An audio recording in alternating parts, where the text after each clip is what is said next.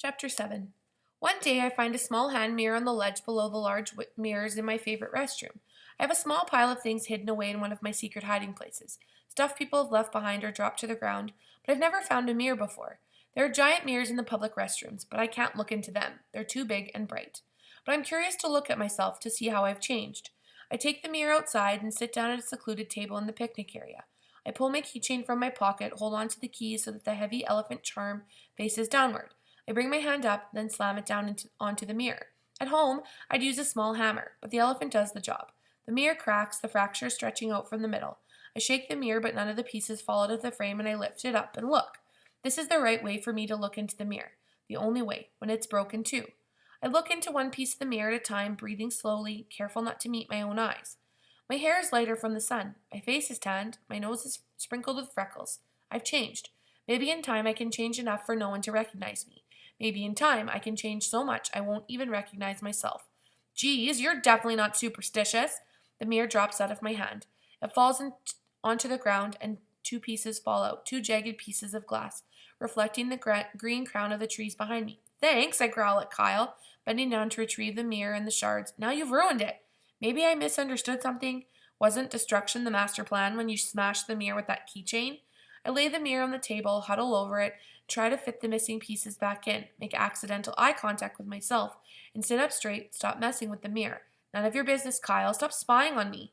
You're only at Pilgrim's at all because I let you stay, remember? Show some gratitude. I take one of the mirror fragments and run the sharp edge experimentally along my palm, but it doesn't feel right, so I put the shard back down.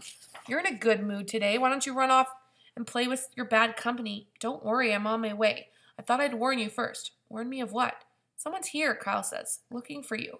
I feel my heart start racing, but I'm detached, like I'm hiding inside myself, peering out through eyes, but not really here. Who? Where? Kyle gestures for me to follow, and although I want to bolt in the opposite direction, I walk after him, several steps behind, looking carefully around. I want to run. I want to head for the elephants. I want to dart underneath them. I want to wrap my arms around a massive leg and disappear from view, but instead I follow Kyle because I have to know. Lauren told me. Lauren at the ticket counter. There was this guy. He asked about you. He had a picture. A picture? My heart booms in my ears, a drum, a bass, heavy, ominous. I falter and start to turn. There he is, Kyle points, his back still to me. I stare at the back of Kyle's head for a long time. My neck feels too stiff to turn my head, and then I move my gaze to the right, slowly, bit by bit, until I see what he's pointing at. I recognize the profile as he leans on the railing by the crocodile pond, staring down at the sleepy crocs. I swivel around and run. But he has turned around too, and he has seen me and chases after me until he's by my side. I know I can't outrun him. I've tried often enough before. I stop. Kyle's right behind us. What's going on? He asks. Who is this guy? He pulls his cell phone from his pocket. I can call security and have him thrown out. Kyle, I assume, Brian drawls. I heard all about you from that lovely girl at the ticket counter. Prince Charming in knight in shining armor, all rolled into one happy package with animal poop in his hair. Kyle touches a hand to his hair, then pushes both hands into his pockets, scowling. Leia, how about I call Dylan to throw him out? He glares at Brian, who glares back. Dylan is used to dealing with obnoxious gorillas. I hold up my hand. It's okay, just give us a minute. He'll leave in a minute. I toss my head and gesture for Brian to follow me. I stare at the crocodiles with him. I stride to the crocodiles with him following close behind. Kyle falls back but waits, looking at us. Leia, Brian says, smirking, you always liked Mom's silly old movies. I wrap my arms around myself and stare at the crocs. They're barely moving at all. What are you doing here? What's with Leia, princess? Is the name Mum picked for you not good enough anymore? Shut up. How did you find me? Brian shrugs, holds up the sheet of paper, a printout of the zoo's website. Spy work. This place is one of the most frequently visited websites on your computer. And of all the million zoos you've been viewing, this was the closest zoo around. I showed your picture to a girl at the ticket counter, and she said, oh yes, Kyle's girlfriend. She's always around. Who is that guy, Kyle? I can't believe you actually have a boyfriend. The girl is called Lauren. What did you tell her? Why? Worried about something? I yank the page out of his hands and scrunch it together in a ball and toss it in a trash can. Keep your hands off my computer. Aren't you curious about what happened after you disappeared? Not really. At first I thought you'd been kidnapped or murdered, because Aunt Phoebe swore you weren't the type to run away, that you never even liked to leave the house much. But they found a surveillance tape from a bus station and decided you were a runaway. Aunt Phoebe's pretty freaked out. Yeah, I bet she misses me nonstop. Why did you run away? None of your business. Brian's fists bulged the pockets of his jacket. Was it because of me? No. Then what? What made the little mouse leave her little hidey hole? None of your business. He stares over the fence at the crocodiles basking in the sun. I talked to Roz. Rosalind actually spoke to you? It must be snowing in hell. I bite my teeth together and wait for the blow. Beating Brian about Rosalind never has failed to ignite his fury, and it doesn't now. His eyes flare up, his face tightens, but he doesn't move. Roz told me what happened at the dungeon. Nothing happened. Who was he? I have no idea what you're talking about. Brian shuffles, turns, leans against the railing, and stares through the netting at the crocodiles. Roz told me everything. She told the police, too.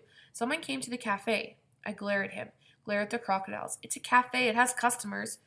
She said he was an older man, not a kid from school or anything. He spoke to you. He said something.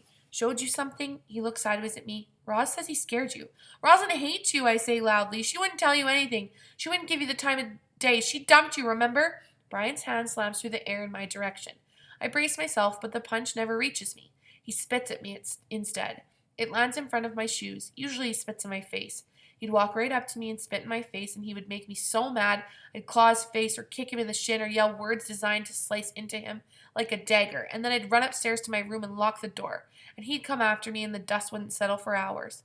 I hate you, I growl, staring at his spit sitting on top of the concrete. Then I wish I could take the words back because I need him to not turn me in, not to tell anyone anything. Just leave me alone, I add. Just go away and leave me alone. I'll leave you alone. Brian's eyes are narrowed when he looks at me. The guy at the cafe. Drop it, Brian. He was one of them, wasn't he? I feel like I'm standing on stilts. I no longer sense the ground I'm standing on, and I have no control over my balance. I tilt sideways, land heavily against the fence, and grab it. Stare into Crocodile's eyes 10 feet away. It isn't blinking, isn't moving, just basking, lurking, and waiting. Wasn't he? Brian repeats. Go away. He showed you something, Brian says. Something from his wallet.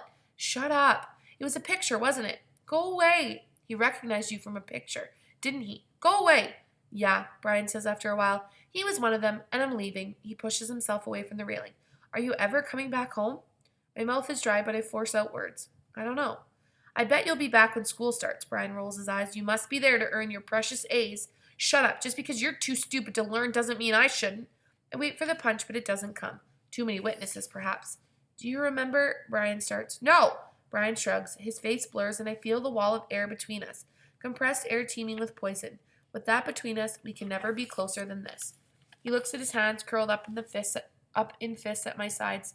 Do you still do it? I lift my hands and open my palms and hold them out to him.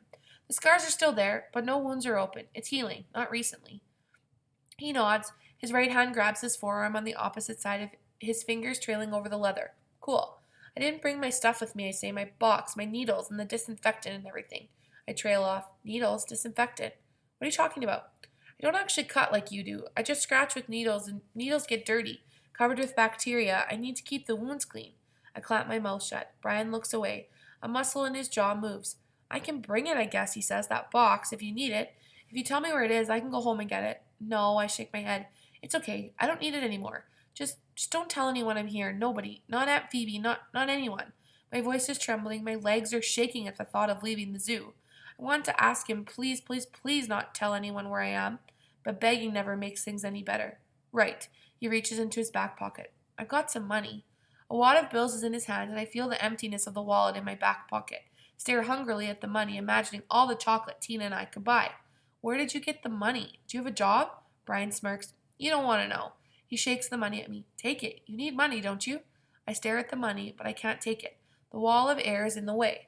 Brian's hand opens and the wad of money falls to the ground, nestles against a red and white candy wrapper. Take it or leave it lying on the ground, Brian says. Makes no difference to me. And he is gone.